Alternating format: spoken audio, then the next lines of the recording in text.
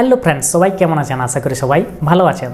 তো ফ্রেন্ডস, যদি আপনার মোবাইলে ইউটিউব কিছুক্ষণ চালানোর পরেই আপনার মোবাইলের ডাটা শেষ হয়ে যাচ্ছে, তো চিন্তার কোনো কারণ নেই। আজকের এই ভিডিওতে আমি 4টি সেটিংস বলে দেবো। সেই 4টি সেটিংস অফ করে দিলেই আপনার মোবাইলের ডাটা আর শেষ হবে না। তার জন্য এই ভিডিওর পুরো সঙ্গে থাকুন, ভিডিওটি পুরোটা দেখবেন, স্কিপ করবেন না। স্কিপ করলে কিন্তু আপনাদের বুঝতে অসুবিধা হবে, তাই ভিডিওটি পুরোটা দেখবেন। তো চলুন ফ্রেন্ডস, আজকের এই ভিডিওর মাধ্যমে সেটিংসগুলো দেখে নেওয়া যাক, কোন কোন সেটিংসগুলো অফ করলে আপনার ডাটা শেষ হবে না। তার আগে যারা চ্যানেলে নতুন, তারা চ্যানেলটি সাবস্ক্রাইব করে ভিডিওটি আপনার বন্ধুদের সাথে শেয়ার করে দেবেন এবং ভিডিওটি ভালো লেগে থাকলে অবশ্যই একটি লাইক করে দেবেন। তো চলুন ফ্রেন্ডস, সেটিংগুলো দেখে নেওয়া যাক। তো প্রথমেই আমরা ইউটিউব অ্যাপ্লিকেশনটি ওপেন করে নেব। এরপর ডান দিকের নিচের কোণে দেখুন আপনার জিমেলের লোগোটি দেখতে পাবেন, সেখানে ট্যাপ করবেন।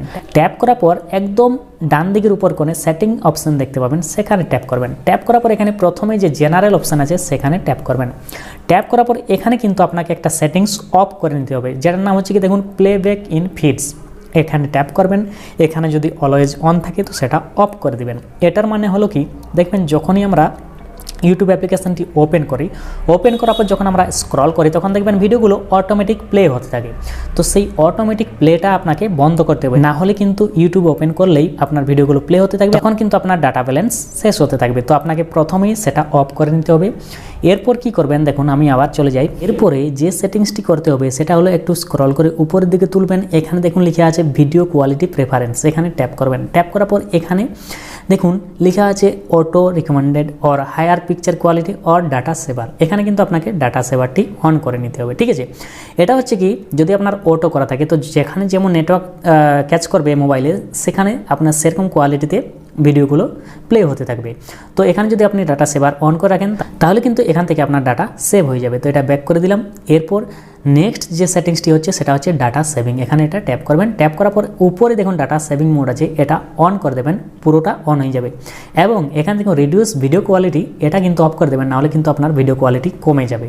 তো এখানে এটি অন করার পর এটি অফ করে দেবেন। এবং নিচে দেখুন আরও দুটি অপশান আছে, select quality for every video. তো এখানে এটা কিন্তু অন করে দেবেন।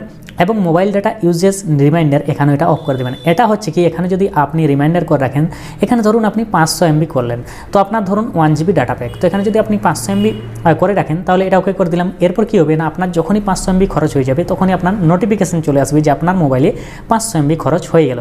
তারপর থেকে আপনি সেরকমভাবে নেটটা চালাতে পারবেন যে আমার কীভাবে নেটটা খরচ করলে পুরো দিনটা চালানো যাবে। তো এইভাবে কিন্তু আপনি এখানে রিমাইন্ডার করে রাখতে পারবেন।